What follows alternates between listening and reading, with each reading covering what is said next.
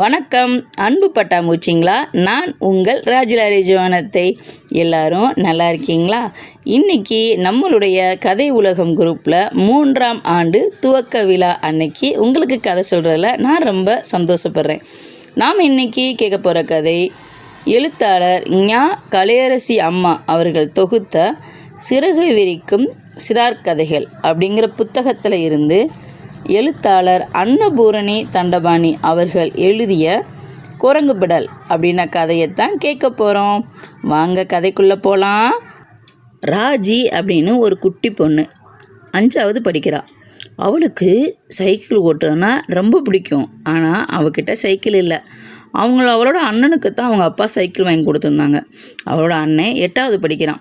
அப்பா எனக்கு சைக்கிள் வாங்காமல் அண்ணனுக்கு மட்டும் வாங்கியிருக்கீங்க அப்படின்னு சொல்லி அழுகிறா.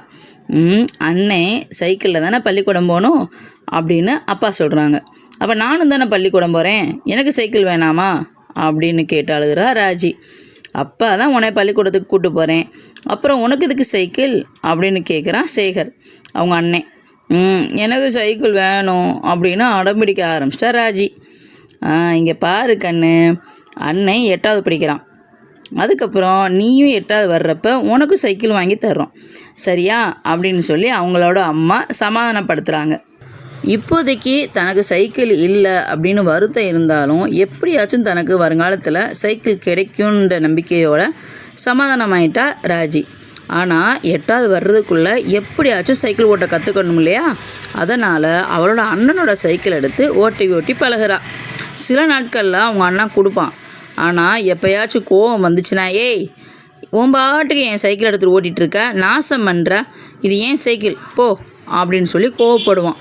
ஆனால் இதெல்லாம் ராஜி காதுலேயே வாங்க மாட்டா. சைக்கிளை எடுத்துகிட்டு போய் ஒரு ரவுண்டு அடிச்சுட்டு வந்தால் தான் அவளுக்கு சந்தோஷமாக இருக்கும். ஆனால் அவள் தான் குட்டி பொண்ணுல, அவளுக்கு அந்த சைக்கிளில் குரங்கு பெடல் தான் அடிக்க முடியும். சைக்கிளோட இருக்கையில் ஏறி உட்காந்து அவளுக்கு ஓட்டவே முடியாது. ஏன்னா அவளோட கால் பெடலில் எட்டவே செய்யாது.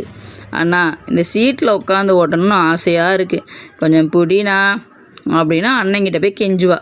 சரி எனக்கு ரெக்கார்ட் நோட்டில் படம் வரைஞ்சி தர்றியா, அப்போனா நான் பிடிச்சி விடுறேன் அப்படின்னு அவங்க அண்ணன் பேரம் பேசுவான். அதுக்கும் ராஜி சரின்னு சொல்லிடுவா.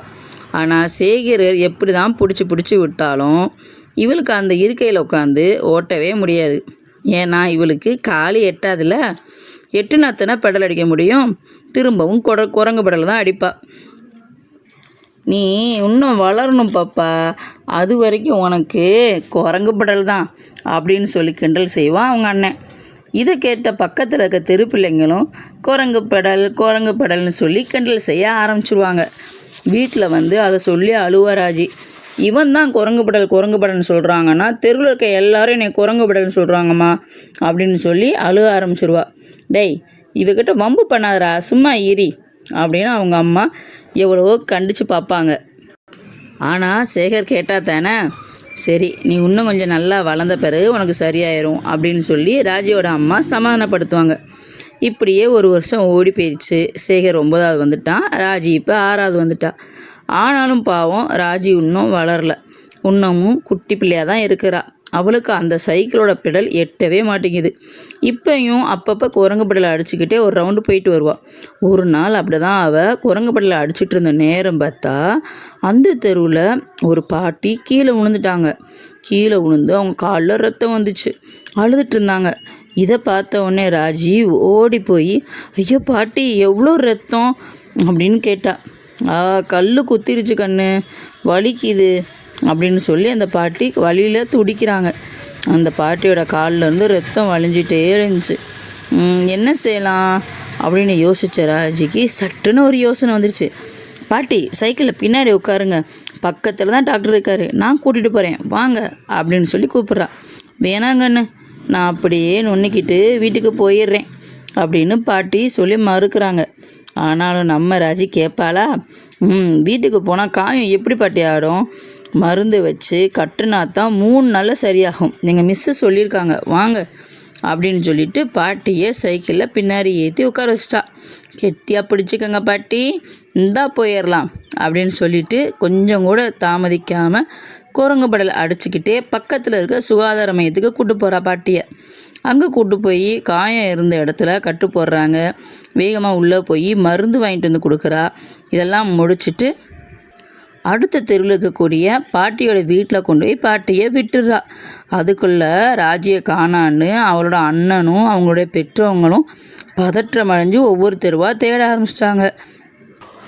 அவள் தாமதமாக வர்றதை பார்த்தவொடனே, எங்கே போன, உன்னை எங்கெல்லாம் தேடுறது, உண்மையை சொல்லு, சைக்கிள் எதையும் கீழே போட்டியா அப்படின்னு சேகர் மிரட்டி கேட்குறான். அதுக்குள்ளேயும் பாட்டியோட வீட்டிலேருந்து 2 பேர் ராஜியை தேடி வர்றாங்க. அங்கே நடந்த விஷயத்தெல்லாம் ராஜியோட வீட்டில் இருந்தவங்கள்ட்ட சொல்லிவிட்டு ராஜிக்கு நன்றி சொல்கிறாங்க. அடேங்கப்பா, குரங்கு படலை அடிச்சுக்கிட்டே அந்த பாட்டியை ஆஸ்பத்திரி வரைக்கும் கூட்டு போனியா, பரவாயில்லையே, நீ கிரேட் தான் அப்படின்னு தங்கையை சேகர் பாராட்டுறான். அவளுடைய அம்மாவும் அப்பாவும் சேர்ந்து பாராட்டுறாங்க. நல்லது தான் பண்ணியிருக்க ராஜி, இப்படி தான் எப்பவும் எல்லாருக்கும் உதவி செய்யணும் அப்படின்னு சொல்லி மகளோட நெத்தியில் அவங்க அம்மாவும் அப்பாவும் முத்தமிட்டாங்க.